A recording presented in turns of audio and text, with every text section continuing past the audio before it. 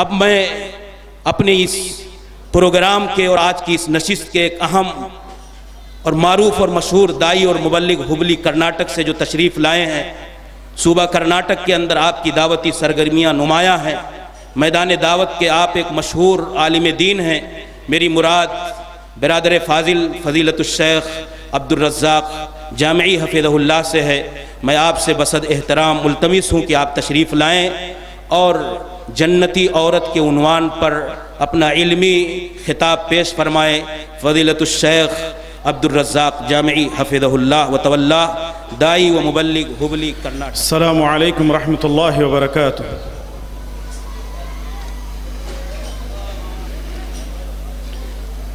ان الحمد للہ نحمده ونستعینه ونستغفره ونعوذ باللہ من شرور انفسنا ومن سیئات اعمالنا، من يهده الله فلا مضل له ومن يضلله فلا هادي له، واشهد ان لا اله الا الله وحده لا شريك له، واشهد ان محمدا عبده ورسوله، اما بعد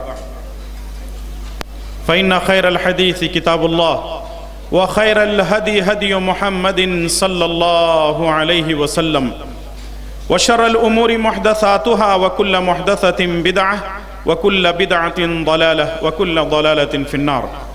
فأعوذ بالله السميع العليم من الشيطان الرجيم من همزه ونفخه ونفثه، يا أيها الذين آمنوا اتقوا الله حق تقاته ولا تموتن إلا وأنتم مسلمون، يا أيها الناس اتقوا ربكم الذي خلقكم من نفس واحدة وخلق منها زوجها وبث منهما رجالا كثيرا ونساء، واتقوا الله الذي تساءلون به والأرحام إن الله كان عليكم رقيبا، يا أيها الذين آمنوا اتقوا الله وقولوا قولا سديدا يصلح لكم أعمالكم ويغفر لكم ذنوبكم، ومن يطع الله ورسوله فقد فاز فوزا عظيما۔ أعوذ بالله من الشيطان الرجيم،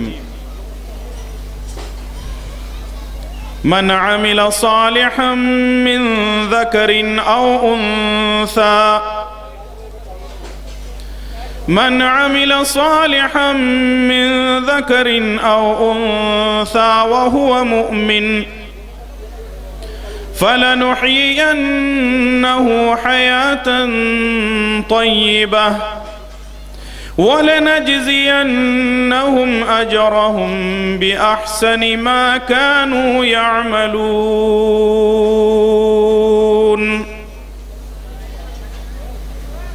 رب اشرح لي صدري ويسر لي أمري واحلل عقدة من لساني يفقهوا قولي، اللهم انفعني بما علمتني وعلمني ما ينفعني وزدني علما، آمین یا رب العالمین۔ تمام قسم کی تعریفیں اللہ وحدہ لا شریک کے لیے لائق و زیبا ہیں، جو ساری کائنات کا خالق، مالک اور رازق ہے، اور درود و سلام ہو میرے اور آپ کے پیارے نبی امام الانبیاء والمرسلین، امام اعظم، قائد اعظم، مرشد اعظم جناب محمد الرسول اللہ پر۔ ان اللہ وملائکتہ یصلون علی النبی یا ایہا الذین آمنوا صلوا علیہ وسلموا تسلیما، اللہم صل علی محمد وعلی آل محمد کما صلیت علی ابراہیم وعلی آل ابراہیم انکا حمید مجید، اللہم بارک علی محمد وعلی آل محمد کما بارکت علی ابراہیم وعلی آل ابراہیم انکا حمید مجید۔ اسٹیج پر تشریف فرما علماء کرام،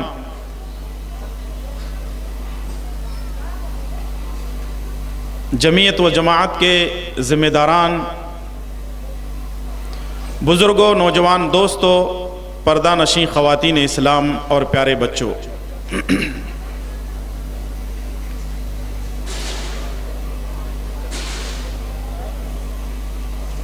ناظم جلسہ نے میری تقریر کا عنوان آپ کی خدمت میں پیش کر دیا ہے، جنتی عورت۔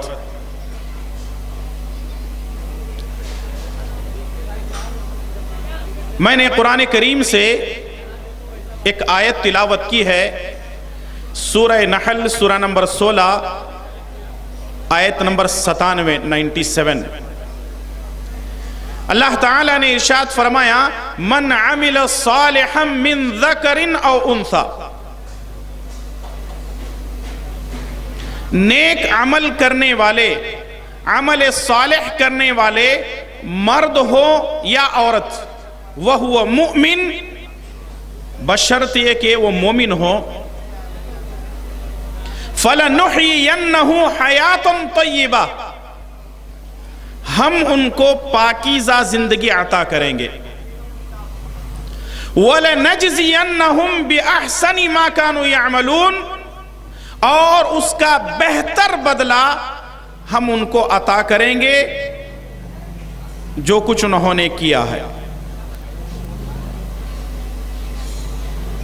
علامہ ابن کثیر رحمۃ اللہ علیہ اس آیت کی تفسیر میں بڑی ہی پیاری بات لکھتے ہیں، پاکیزہ زندگی ان کو عطا کریں گے، اس سے مراد یہ ہے کہ دنیا میں عزت کی زندگی نوازیں گے، دنیا میں عزت والی زندگی ان کو نصیب ہوگی، اور اس کا بہتر بدلہ ہم ان کو عطا کریں گے سے مراد یہ ہے کہ اللہ تبارک و تعالی آخرت میں ان کو جنت الفردوس میں اعلیٰ علیین میں مقام عطا فرمائیں گے۔ قرآن کریم کی صرف ایک ہی آیت ہے جو میں نے آپ کے سامنے پیش کی ہے، مختلف مقامات پر اللہ تبارک و تعالی نے اس طرح کی بات کی ہے کہ نیک عمل کرنے والے، اچھا عمل کرنے والے، عمل صالح کرنے والے مرد ہو یا عورت ہو، اگر وہ اللہ تعالیٰ کی اطاعت اور فرمانبرداری کرتے رہیں گے تو اللہ تبارک و تعالیٰ ان کو دنیا میں بہتر زندگی عطا کرے گا، دنیا میں عزت والی زندگی عطا کرے گا، اور آخرت میں اس کا بدلہ اللہ تعالیٰ ان کو جنت عطا کرے گا۔ عام طور پہ ہم مردوں کو دیکھتے ہیں کہ وہ اللہ رسول کی باتوں کو سننے کے لیے اس طرح کے اجتماعات میں، پروگراموں میں صبح شام کے دروس میں شریک تو ہوتے ہیں، لیکن خواتین کا مسئلہ بڑا عجیب ہے، کہیں گئے سن لیے تو سن لیے، لیکن اکثر و بیشتر جہالت اور نافرمانیاں عورتوں کے اندر پائی جاتی ہیں، جبکہ اللہ کے پیارے نبی جناب محمد الرسول اللہ صلی اللہ علیہ وسلم نے ارشاد فرمایا، الدنیا کلها متاع وخیر متاع الدنیا المرأة الصالحہ، یہ دنیا ساری کی ساری پونجی ہے، ساز و سامان ہے، استعمال کرنے والی چیز ہے، اور اس دنیا کے ساز و سامان میں سے بہترین چیز اگر کوئی ہو سکتی ہے المرأة الصالحہ، وہ نیک عورت ہے۔ اسی طرح صحیح بخاری اور صحیح مسلم کی روایت، اللہ کے پیارے نبی جناب محمد الرسول اللہ صلی اللہ علیہ وسلم نے خطاب فرمایا، آپ صلی اللہ علیہ وسلم نے فرمایا، تنکح المرأة لعربعین، 4 خصوصیات کی وجہ سے کسی عورت سے نکاح کیا جاتا ہے، لمالہا، اس کے مال کو دیکھ کر نکاح کیا جاتا ہے، وَلِحَسَبِهَا، اس کے حسب و نسب خاندان کو دیکھا جاتا ہے، وَلِجَمَالِهَا، اس کی خوبصورتی کو دیکھا جاتا ہے، وَلِدِينِهَا، اس کی دینداری کو دیکھا جاتا ہے۔ اللہ کے پیارے نبی جناب محمد الرسول اللہ صلی اللہ علیہ وسلم نے فرمایا، فَاظْفَرْ بِذَاتِ الدِّينِ تَرِبْيَتْ يَدَاكَ، اگر اپنی دنیا اور آخرت کو بہتر بنانا چاہتے ہو تو نیک عورت سے، دیندار عورت سے نکاح کرو، یہ تمہاری دنیا بھی بہتر بنا دے گی اور تمہاری آخرت کو بہتر بنانے میں تمہاری مدد کرے گی۔ اصلاح معاشرے کے عنوان پر اس کے اندر بہت ساری چیزیں کہی جا سکتی ہیں۔ آج ہماری نوجوان نسل تباہ ہو رہی ہے، آج دیندار لڑکی سے کوئی نکاح کرنا پسند نہیں کرتا، نمازی ہے، قرآن پڑھنے والی ہے، متقیہ ہے، پرہیزگار ہے، ساری خوبیاں اس کے اندر موجود ہیں، لیکن ایسی لڑکیوں کو، ایسی عورتوں کو کوئی پسند نہیں کرتا، بلکہ سب سے پہلے یہ دیکھا جاتا ہے کہ میرا ہونے والا خسر کتنا بڑا مالدار ہے، اس کی فیکٹریاں کتنی ہیں، اس کی گاڑیاں کتنی ہیں، اس کے بنگلے کتنے ہیں، اس کا کاروبار کیا ہے، اگر میں شادی کا پیغام دوں تو وہ کتنا جہیز مجھے دیں گے۔ ان چیزوں کو پہلے نمبر پر دیکھا جاتا ہے، جبکہ ہونا چاہیے کہ سب سے پہلے دینداری کو دیکھیں، اس لیے کہ دینداری کی وجہ سے گھر بھی آباد ہوتے ہیں، دینداری کی وجہ سے قبر میں کوئی پریشانی نہیں ہوتی، دینداری کی وجہ سے اللہ تعالیٰ کے پاس کل محشر کے میدان میں رسوائی بھی نہیں ہوتی۔ آج نوجوان نسل دولت کو دیکھ رہے ہیں، اس کی خوبصورتی کو دیکھ رہے ہیں، اس کے حسب اور نسب کو دیکھ رہے ہیں، لیکن اگر نہیں دیکھ رہے ہیں تو اس کی دینداری کو نہیں دیکھ رہے ہیں۔ نبی کریم صلی اللہ علیہ وسلم نے آج سے 1400 سال پہلے یہ پیشن گوئی کی تھی، اور آج وہی ہو رہا ہے، ہم کتاب و سنت کے مخالف ہوتے جا رہے ہیں۔ یاد رکھیے، دولت کسی کے کام ہمیشہ آنے والی نہیں ہے، حسب و نسب خاندان بھی ہمیشہ رہنے والا نہیں ہے، رہا مسئلہ خوبصورتی کا، یہ بھی ہمیشہ رہنے والی نہیں ہے۔ اگر کوئی چیز کسی کے اندر باقی رہ سکتی ہے زندگی میں بھی، قبر میں بھی، آخرت میں بھی، وہی دینداری ہے۔ اسی لیے ہر مرد کو، ہر نوجوان کو، ہر شادی کرنے والے کو اس بات کی تاکید کی جاتی ہے، اور اس جلسے کے ذریعے سے میں ایک نصیحت آپ کے سامنے پیش کرنا چاہوں گا، وہ یہ ہے کہ جب تک ہمارے اندر دینداری نہیں ہوگی اور ہم کسی دیندار خاتون کو اپنے گھر کے اندر نہیں لائیں گے، تب تک ہماری زندگیاں نہیں سدھر پائیں گی، بلکہ ہم یوں سمجھیے کہ تباہی کے دہانے پر آ کھڑے ہیں۔ اور معاشرے کے اندر جتنی تقاریر ہوتی ہیں، جتنے خطبات ہوتے ہیں، الا ماشاءاللہ عمل کرنے والے عمل کر رہے ہیں، لیکن اکثر و بیشتر لوگوں کو یہ دیکھا جاتا ہے کہ وہ کتاب و سنت کی مخالفت کر رہے ہیں۔ ان حالات میں ضرورت اس بات کی ہے کہ نیک عورت کو تلاش کیا جائے، دیندار عورت کو تلاش کیا جائے۔ ابن حبان کی روایت، شیخ البانی رحمہ اللہ نے اس روایت کو صحیح کہا ہے۔ سعد بن ابی وقاص رضی اللہ تعالیٰ عنہ اس حدیث کے راوی ہیں۔ اللہ کے پیارے نبی جناب محمد الرسول اللہ صلی اللہ علیہ وسلم نے فرمایا، اربع من السعادہ و اربع من الشقاوہ، 4 چیزیں خوش بختی کی علامتوں میں سے ہیں اور 4 چیزیں بدبختی کی علامتوں میں سے ہیں۔ وہ 4 چیزیں جو خوش نصیبی کی علامت میں سے ہیں وہ کون سی ہیں؟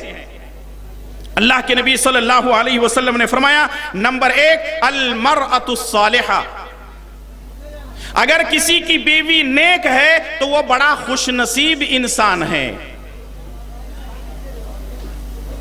آپ کسی کمپنی میں، کسی فیکٹری میں کام کرتے ہیں، کسی جگہ نوکری کرتے ہیں، تھک ہار کر گھر میں جب واپس آتے ہیں، دروازہ کھٹکھٹاتے ہیں تو آپ کی یہ نیک عورت دروازہ کھولتی ہے، آپ اس کو سلام کرتے ہیں یا وہ آپ کو سلام کرتی ہے، آپ اس کا جواب دیتے ہیں، آپ کی تھکان کو محسوس کرتی ہے، فوراً یہ کہتی ہے، کیا میں آپ کے لیے پانی لاؤں؟ کیا میں آپ کے لیے چائے لاؤں؟ کیا میں آپ کے لیے دسترخوان لگا دوں؟ کیا میں آپ کے لیے فلاں چیزیں کروں؟ یہ نیک عورت ہوتی ہے، جیسے ہی آپ گھر میں داخل ہوتے ہیں تو وہ آپ کو خوش کر دیتی ہے، کیونکہ جو عورت اللہ تعالیٰ کو خوش کرتی ہے وہ شوہر کو بھی ضرور خوش کرنے کی کوشش کرے گی۔ تو نیک عورت، نبی کریم صلی اللہ علیہ وسلم نے فرمایا، یہ خوشبختی کی علامت ہے۔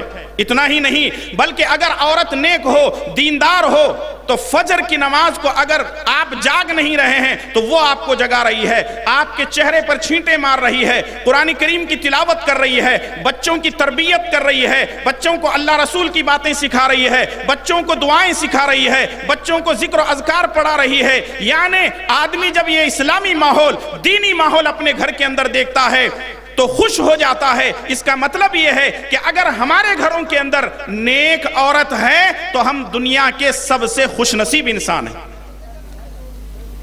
اور دوسرے نمبر پر نبی کریم صلی اللہ علیہ وسلم نے فرمایا، والمسکن الواسع، کشادہ مکان، بڑا مکان، یہ خوشبختی کی علامت ہے۔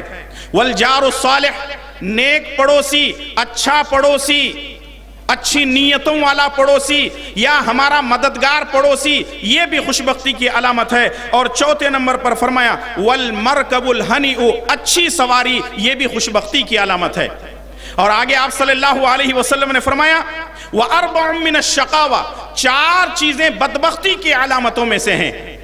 4 چیزیں بدبختی کی علامتوں میں سے ہیں۔ آپ نے پہلے نمبر پر فرمایا، الجار السوء، برا پڑوسی. آج ہم جس معاشرے میں رہتے ہیں پڑوسی کا ایک اہم کردار ہوتا ہے، لیکن آج کل پڑوسیوں کے ساتھ ہمارے ہمیشہ لڑائی اور جھگڑے ہوتے رہتے ہیں. پہلی بات تو یہ ہے کہ اگر بچے نے کھانے پینے کے بعد کوئی چیز پھینک دی، مثال کے طور پر بچے چپس کھا لیتے ہیں یا اور بھی کوئی چیزیں کھا لیتے ہیں، کوئی کاغذ پھینک دیتے ہیں، کوئی پلاسٹک پھینک دیتے ہیں، سب سے زیادہ جھگڑے کرنے والے وہ پڑوسی ہوتے ہیں. معاملے کو سمجھتے نہیں ہیں اور معاملہ نوبت یہاں تک آتی ہے لڑائی جھگڑا ہونے لگتا ہے، سارے گلی محلے والے جمع ہو جاتے ہیں. کیا ہوا؟ بچے نے فلاں چیز پھینک دی تھی اور پڑوسیوں نے جھگڑا کرنا شروع کر دیا. یا پھر صبح صبح آپ جاگتے ہیں، فجر کی نماز پڑھ لیتے ہیں، قرآن کی تلاوت کر لیتے ہیں، جیسے ہی آپ گھر کے باہر آنگن میں کھڑے ہو گئے تو پڑوسی کھڑے ہو کر کے آپ کو گالیاں دے رہے ہیں. اس کا مطلب یہ ہے کہ یہ بدبختی کی علامت ہے جو آپ کو اتنا بدبخت اور اتنا بد اخلاق پڑوسی ملا ہوا ہے. لیکن ایک بات یہاں یاد رکھنی چاہیے، اگر سامنے والے سے ہم خیر کی توقع رکھ رہے ہیں تو پہلے اپنے آپ کو بہتر بنانا ہے. اگر ہم بہتر پڑوسی بن کر بتائیں گے تو تب جا کر کے سامنے والا بہتر بن سکتا ہے، ورنہ خود ہمارے اندر بد اخلاقی اتنی ہے ہم سامنے والے سے کیا توقع کریں گے. اور رہا مسئلہ بدبختی کا اور بد اخلاقی کا، اللہ اکبر، ہمارے پاس سب کچھ ہے لیکن ہمارے پاس اخلاق نہیں ہے.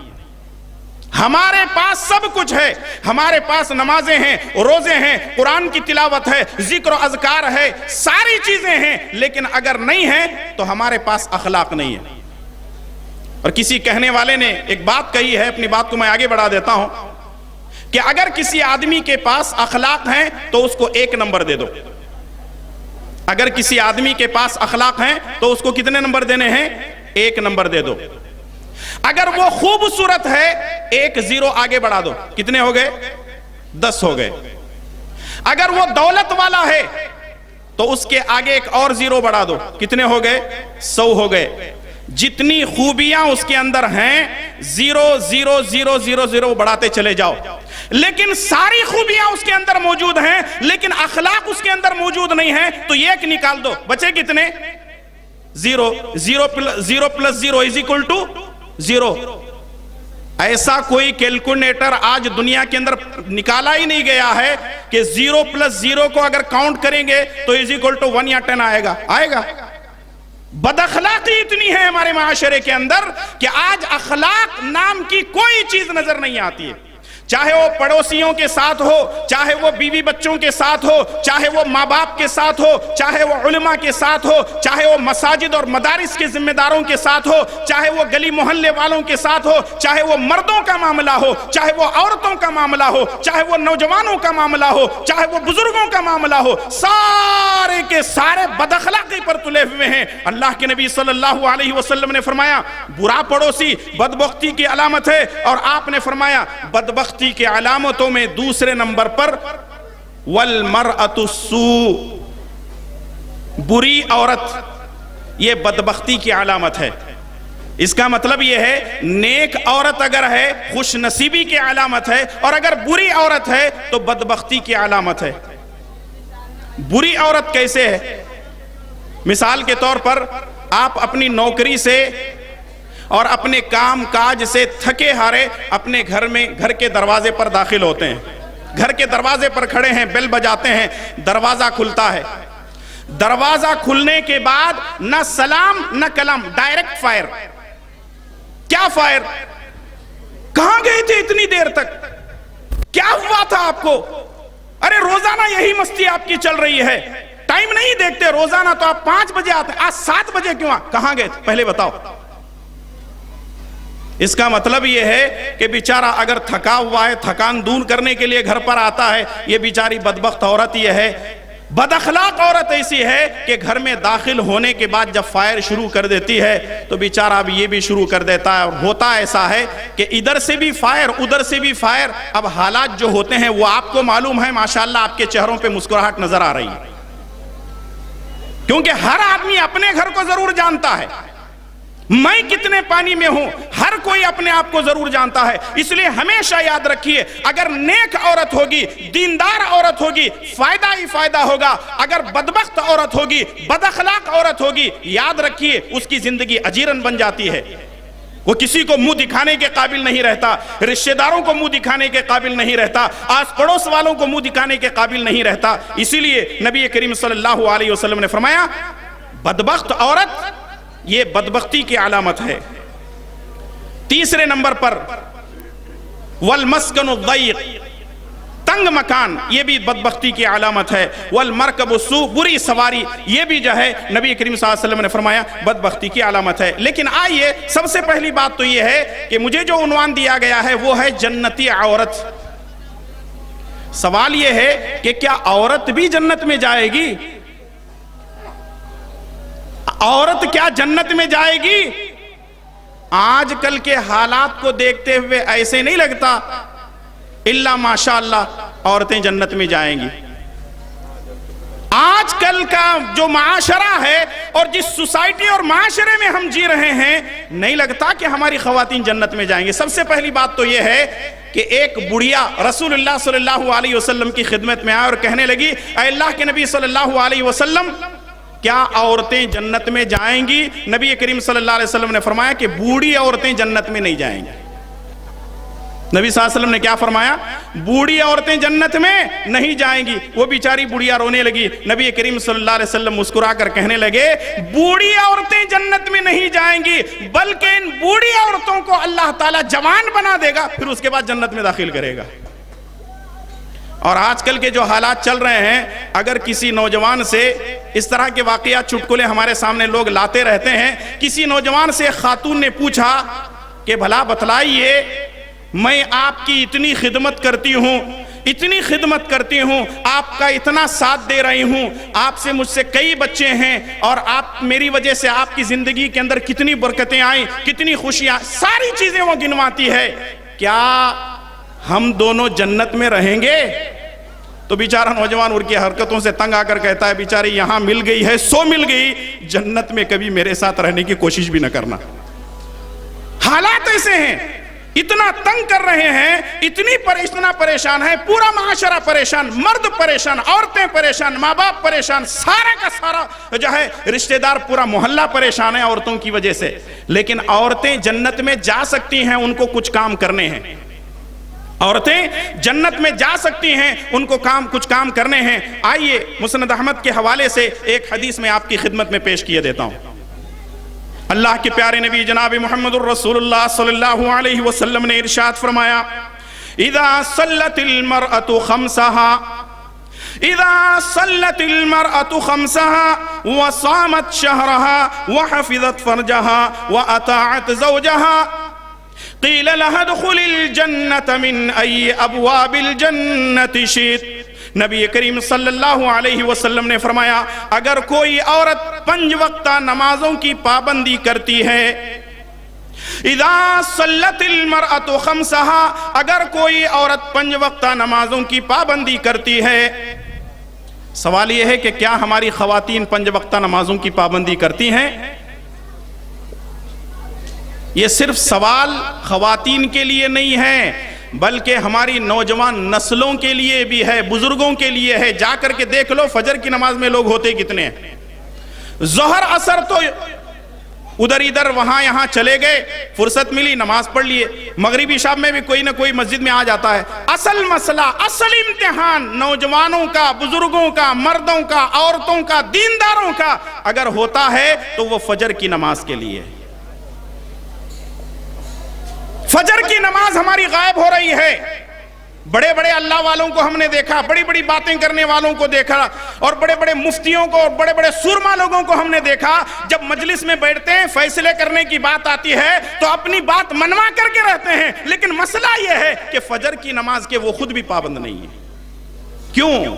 میرے بھائیو اور دوستو، خواتین اسلام سوچو اور غور کرو، ہمارے اندر نمازوں کی پابندی کیوں نہیں ہے؟ نبی کریم صلی اللہ علیہ وسلم نے ارشاد فرمایا، اذا صلت المرأة خمسها، اگر کوئی عورت 5 وقتہ نمازوں کی پابندی کرتی ہے، آج معاشرے پر ایک نظر دوڑانے پر ہمیں یہ بات معلوم ہوتی ہے، آج خواتین کو ٹی وی دیکھنے کے لیے وقت ہے، سیریل دیکھنے کے لیے وقت ہے، غیبتیں کرنے کے لیے وقت ہے، چغلیاں کھانے کے لیے وقت ہے، اڑوس پڑوس والوں کے پاس بیٹھ کر گپ شپ کرنے، ٹائم پاس کرنے کے لیے وقت ہے۔ اگر وقت ہماری خواتین کو نہیں ہے، ہماری مائیں بہنوں کو اگر کوئی وقت نہیں ہے، تو اللہ تعالیٰ کی عبادت کے لیے وقت نہیں ہے۔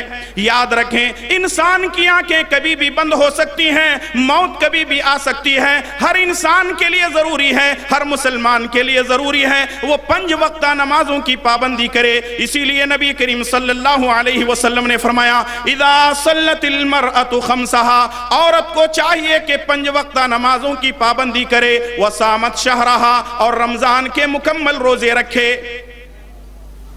وحفظت فرجها، اور اپنی شرمگاہ کی حفاظت کرے، واطاعت زوجها، اور اپنے شوہر کی اطاعت کرے۔ 4 چیزیں عورتوں کو کرنے ہیں۔ نمبر 1 نمازوں کی پابندی کرنا، نمبر 2 رمضان کے روزے رکھنا، نمبر 3 اپنی شرمگاہ کی حفاظت کرنا۔ سب سے اہم مسئلہ یہ ہے کہ کیا ہماری خواتین، ہماری بہنیں، ہماری بیٹیاں، ہماری مائیں اور ہماری بہویں کیا آج ہر قسم کی برائیوں سے بچے ہوئے ہیں؟ کیا ان کی عصمت و عفت محفوظ ہے؟ سوشل نیٹ ورک کے ذریعے سے، واٹس ایپ اور فیس بک کے ذریعے سے، ٹیلی گرام کے ذریعے سے، اور جتنے اس طرح کے ایپ ہیں ان کے ذریعے سے آج ہماری نوجوان نسل تباہ ہو رہی ہے۔ ہماری نوجوان لڑکیوں کو دیکھو، کالج کے نام پر برائیاں ہو رہی ہیں، یونیورسٹی کے نام پر بہت ساری خامیاں آج ہمارے معاشرے کے اندر ہیں۔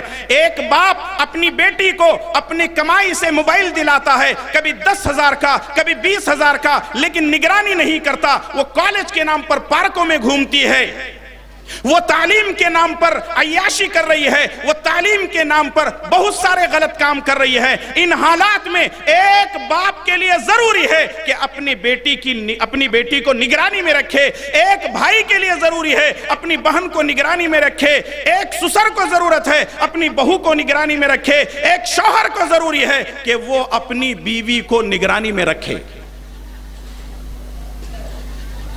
اور حالات دن بدن بدلتے جا رہے ہیں۔ عورت کے بدن کا پردہ ہے، عورت کے لباس کا پردہ ہونا چاہیے، عورت کے آواز پر پردہ ہے۔ عورت العورت کلھا عورہ، عورت پوری کی پوری چھپائی جانے والی چیز ہے، لیکن آج بے حیائی کا بازار اتنا گرم ہے، بے حیائی کا بازار اتنا گرم ہے کہ عورتیں اپنے عصمت و عفت کی حفاظت کرنے کے لیے تیار نہیں ہیں۔ ہمارے معاشرے کے اندر جتنا بگاڑ اور فساد خواتین کی وجہ سے ہو رہا ہے، اور معاشرے کے اندر اصلاح نہ ہونے کی اصل وجوہات میں ایک وجہ زناکاری اور بدکاری ہے۔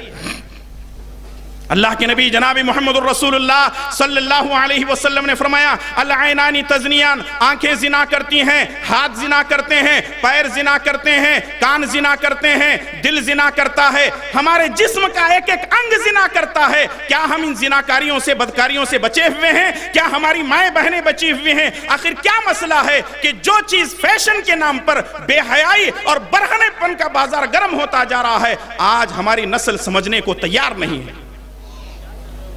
میں مبارکبادی دیتا ہوں ان ذمہ داروں کو جو اصلاح معاشرہ کے نام پر یہ جلسہ کر رہے ہیں۔ ہم ان کے حق میں دعا گو ہیں کہ اللہ تبارک و تعالیٰ جن لوگوں نے اس مجلس کو سجایا ہے، اے اللہ تعالیٰ ان کو جزائے خیر عطا فرما۔ اے اللہ ان کو دنیا اور آخرت کی بھلائیاں نصیب فرما۔ اے اللہ ہم جس نیک مقصد کے لیے یہاں جمع ہوئے ہیں، ہم کو اپنے نیک مقاصد میں کامیابی عطا فرما، آمین۔ خواتین کے لیے نبی کریم صلی اللہ علیہ وسلم نے فرمایا، اذا صلت المرأة خمسها، اگر کوئی عورت 5 وقتہ نمازوں کی پابندی کرتی ہے، وصامت شہرها، اور رمضان کے روزے رکھتی ہے، وحفظت فرجها، اور اپنی عصمت و عفت کی حفاظت کرتی ہے، اپنی شرمگاہ کی حفاظت کرتی ہے۔ یہاں مجھے رک کر ایک بات کہنے کی اجازت دیجیے، وہ یہ ہے کہ بے حیائی کے تعلق سے بے پردگی کے تعلق سے خواتین کے بارے میں علماء کرام بار بار کہتے رہتے ہیں، لیکن بے حیائی کے بارے میں مجھے نوجوان نسل سے ایک بات کرنی ہے۔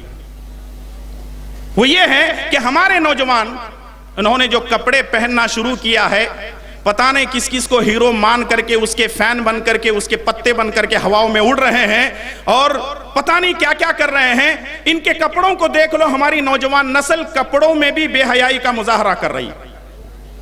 اور وہ ہو کیا رہا ہے؟ وہ اس لیے ہو رہا ہے کہ آج دیکھیں ہماری نوجوان نسل جو کپڑے پہن رہے ہیں، پینٹ اگر پہن رہے ہیں اور ٹی شرٹ اگر پہن رہے ہیں، پینٹ میں عجیب پینٹ ہے اور ٹی شرٹ کا مسئلہ وہ بھی شارٹ شرٹ اس کو پہنا جاتا ہے، اور یہ نمازیں پڑھنے کے لیے مسجد میں آتے ہیں، رکوع میں جاتے ہیں تو آدھی دکان کھلتی ہے اور سجدے میں جاتے ہیں تو پوری دکان ہی کھلی رہتی ہے۔ آپ نماز پڑھنے آتے ہیں یا بے حیائی کا مظاہرہ کروانے کے لیے آتے ہیں؟ اگر ہم عورتوں کو پردہ کرنے کا حکم دیتے ہیں تو یہاں آج ضرورت پڑ رہی ہے مردوں کو کہ اپنے ستر کا پردہ کرو۔ رسول اللہ صلی اللہ علیہ وسلم نے فرمایا 4 کام عورتوں کو کرنے ہیں۔ نمبر 1، 5 وقتہ نمازوں کی پابندی، رمضان کے روزے رکھنا اور اپنی شرمگاہ کی حفاظت کرنا، وَأَطَاعَتْ زَوْجَهَا، اور اپنے شوہر کی اطاعت کرنا۔ سوال یہ ہے کہ کیا ہماری خواتین، ہماری مائیں اور بہنیں اپنے شوہر کی اطاعت کر رہی ہیں؟ جواب یہ ہے کہ اللہ ہی مالک ہے ہماری خواتین کا۔ یہاں اب حاکم محکوم ہو چکا ہے اور محکوم حاکمہ بنی ہوئی ہے۔ شاید کچھ گھر ہی ایسے ہوں گے جو عورت کی حکومت سے بچے ہوئے ہوں۔ اللہ کے نبی صلی اللہ علیہ وسلم نے فرمایا، بخاری کی روایت ہے، جس قوم کے اندر عورتیں حکومت کرنے لگے وہ قوم تباہ و برباد ہو جائے گی۔ اور آج ہم دیکھ رہے ہیں رشتہ داروں میں، گھروں میں، سیاست میں، ہر جگہ عورتیں حکومت کرنے پہ تلی ہوئی ہیں، اور مرد ہے الرجال قوامون علی النساء، اللہ تبارک و تعالیٰ نے ان کو کہا ہے، لیکن یہ محکوم بن کر زندگی گزار رہے ہیں۔ اللہ کے نبی صلی اللہ علیہ وسلم نے فرمایا، اگر کوئی عورت یہ 4 کام کر لیتی ہیں، یہ 4 کام کرنے کا فائدہ کیا ہوگا؟ نبی کریم صلی اللہ علیہ وسلم نے فرمایا، قیل لها ادخل الجنة من ای ابواب الجنة، جنت کے 8 دروازے ایسی عورت کے لیے، خاتون کے لیے کھول دیے جائیں گے اور کہا جائے گا، اے میری بندی، جنت کے جس دروازے سے داخل ہونا چاہتی ہے داخل ہو جا۔ اللہ اکبر! وہ کتنی خوش نصیب خاتون ہوگی، وہ کتنی خوش نصیب جنتی عورت ہوگی جن کے بارے میں نبی کریم صلی اللہ علیہ وسلم نے فرمایا کہ عورتوں کو 4 کام کر لینے ہیں اور 4 کام کرنے کی وجہ سے عورت جنت میں جا سکتی ہے۔ زیادہ تفصیل میں نہ جاتے ہوئے آئیے ایک حدیث اور پیش کرتے ہوئے اپنی بات کو میں ختم کر دیتا ہوں۔ امام احمد ابن حنبل رحمۃ اللہ علیہ نے اپنی مسند میں اور امام ابن حبان رحمۃ اللہ علیہ نے اپنی صحیح کے اندر صحیح سند کے ساتھ اس کو نقل کیا ہے۔ عبداللہ بن عباس رضی اللہ تعالیٰ عنہما فرماتے ہیں، خط رسول اللہ صلی اللہ علیہ وسلم فی الارض 4 خطوط، نبی کریم صلی اللہ علیہ وسلم نے زمین پر 4 لکیریں کھینچی۔ نبی صلی اللہ علیہ وسلم نے زمین پر 4 لکیریں کھینچی، اور 4 لکیریں کھینچنے کے بعد نبی کریم صلی اللہ علیہ وسلم نے صحابہ سے پوچھا، تدرون ما ھذا، یہ لکیریں کیا ہے جانتے ہو؟ قال اللہ ورسولہ عالم، صحابہ نے فرمایا اللہ اور اس کے رسول صلی اللہ علیہ وسلم بہتر جانتے ہیں۔ نبی کریم صلی اللہ علیہ وسلم نے فرمایا یہ 4 لکیریں نہیں ہیں بلکہ یہ جنت کی 4 افضل عورتیں ہیں، جنت کی 4 افضل خاتونیں ہیں۔ اور پہلے نمبر پر نبی صلی اللہ علیہ وسلم نے فرمایا خدیجۃ الکبریٰ رضی اللہ تعالیٰ عنہا ہے، دوسرے نمبر پر فاطمۃ الزہرا رضی اللہ تعالیٰ عنہا ہے، اور تیسرے نمبر پر فرعون کی بیوی آسیہ رضی اللہ تعالیٰ عنہا ہے، اور چوتھے نمبر پر عیسیٰ علیہ السلام کی ماں مریم ہیں۔ اللہ تبارک و تعالیٰ ان سب سے راضی ہو جائے، اللہ تبارک و تعالیٰ ان پر رحمتوں والا معاملہ فرمائے، آمین۔ ذرا سوچیں اور غور کریں، خدیجۃ الکبریٰ رضی اللہ تعالیٰ عنہا نے نبی کریم صلی اللہ علیہ وسلم کا کتنا ساتھ دیا، ہر وقت ہر معاملے پر نبی کریم صلی اللہ علیہ وسلم کا خدیجۃ الکبریٰ رضی اللہ تعالیٰ عنہا نے ساتھ دیا۔ سب سے پہلے یہ شرف صرف عورت کو حاصل ہے کہ اسلام قبول کرنے والی سب سے پہلی خاتون ہے، اور وہ ام المؤمنین خدیجۃ الکبریٰ رضی اللہ تعالی عنہا ہیں. ہر طرح سے ساتھ دیا، اپنا سب کچھ لٹا دیا، اپنی دولت لٹا دی، اپنا سب کچھ نبی کریم صلی اللہ علیہ وسلم پر لٹا دیا، دین کی نشر و اشاعت کے لیے لٹا دیا. صحیح بخاری اور صحیح مسلم کی روایت ہے، ابو ہریرہ رضی اللہ تعالیٰ عنہ فرماتے ہیں کہ ایک مرتبہ جبرائیل علیہ السلام رسول اللہ صلی اللہ علیہ وسلم کے پاس آئے. رسول اللہ صلی اللہ علیہ وسلم غار حرا پر جا کر اللہ کی عبادت کے لیے بیٹھا کرتے تھے، تنہائی میں اللہ تبارک و تعالیٰ کی عبادت کیا کرتے تھے، اور خدیجۃ الکبریٰ رضی اللہ تعالیٰ عنہا نبی کریم صلی اللہ علیہ وسلم کو کھانے پینے کی چیزیں لے کر غار حرا پر پہنچتی تھیں. اور آج بھی وہ غار موجود ہے مکۃ المکرمہ میں. ایک نوجوان اس غار پر چڑھتے چڑھتے تھک جاتا ہے، لیکن ہر ایک دن اور جو ہے درمیان میں جب کبھی موقع ملتا حضرت خدیجۃ الکبریٰ رضی اللہ تعالیٰ عنہ کھانے پینے کی چیزیں لے کر نبی کریم صلی اللہ علیہ وسلم کی خدمت میں پہنچ جاتی تھی.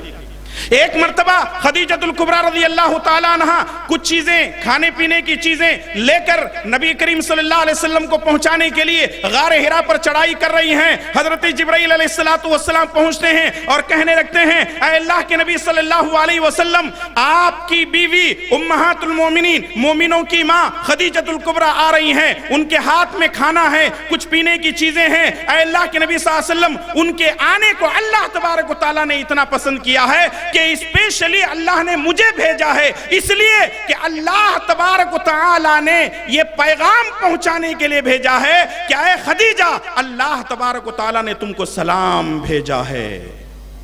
اللہ اکبر، سبحان اللہ، لا حول ولا قوت الا باللہ. آخر وہ کون سی خوبیاں تھیں، وہ کون سی خوبیاں تھیں، وہ کون سی صفات تھیں جس کی وجہ سے ایک خاتون کو رب ذوالجلال والاکرام آسمان سے جبرائیل کو بھیجتا ہے. جبرائیل آتے اور کہتے ہیں اے نبی، رب نے بھیجا ہے سلام دے کر کے کہ خدیجہ کو سلام سنا دینا. اور ساتھ میں یہ بھی کہتے ہیں جبرائیل، اے اللہ کے نبی صلی اللہ علیہ وسلم، جب خدیجہ آ جائیں ایک تو رب کے طرف سے سلام سنانا اور دوسرے میرے طرف سے بھی ان کو سلام سنا دینا. اللہ اکبر. کیا آج کی خواتین کے اندر وہ خوبیاں پائی جاتی ہیں؟ تیسرے نمبر پر جبرائیل نے فرمایا اے اللہ کے نبی، جنت کی بھی ان کو خوشخبری دے دینا. ذرا سوچیے اور غور کیجئے، مائیں بہنوں سے خصوصی طور پر میں خطاب کر رہا ہوں. وہ یہ ہے کہ جب ایک عورت کے لیے رب ذوالجلال والاکرام جنت سے سلام بھیج سکتا ہے تو ان کی خوبیاں ہوں گی، وہ ان کی عبادت ہوگی، وہ ان کا روزہ ہوگا، وہ ان کی نمازیں ہوں گی، وہ ان کی اللہ کے کلام کی تلاوت ہوگی، ذکر و اذکار ہوگا، اور ان کی وہ قربانیاں ہوں گی، وہ ایثار ہوں گے، جس کی وجہ سے رب ذوالجلال والاکرام نے جبرائیل علیہ السلام کو بھیج کر کے سلام بھیجا ہے. لیکن آج مسلم معاشرے کے اندر اصلاح معاشرہ پر تقاریر ہو رہی ہیں، جلسے ہو رہے ہیں، لیکن ہمارا مسئلہ یہ ہے کہ ہم صرف سننے کے لیے آتے ہیں، سیکھنے کے لیے نہیں آتے ہیں. ہم کانوں کے عیاش بن چکے ہیں، صرف سنتے جا رہے ہیں، لیکن عمل ہماری زندگیوں کے اندر نہیں آ رہا ہے. وقت اس بات کی اجازت نہیں دیتا کہ کچھ اور باتیں میں آپ کی خدمت میں پیش کروں، لیکن آخر میں اپنی بات کو ختم کرنے سے پہلے ایک حدیث میں پیش کر دیتا ہوں. اللہ کے پیارے نبی جناب محمد الرسول اللہ صلی اللہ علیہ وسلم نے فرمایا کہ تین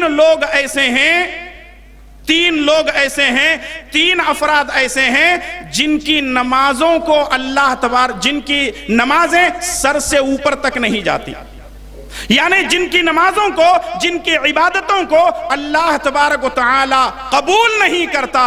ان میں سے ایک خاتون ایسی ہے، اس میں سے ایک خاتون ایسی ہے، سو جاتی ہے لیکن اس کا شوہر اس سے ناراض ہو کر رات گزارتا ہے. نبی کریم صلی اللہ علیہ وسلم فرماتے ہیں ایسی عورت پر رات بھر اللہ تعالیٰ کے فرشتے لعنت بھیجتے رہتے ہیں.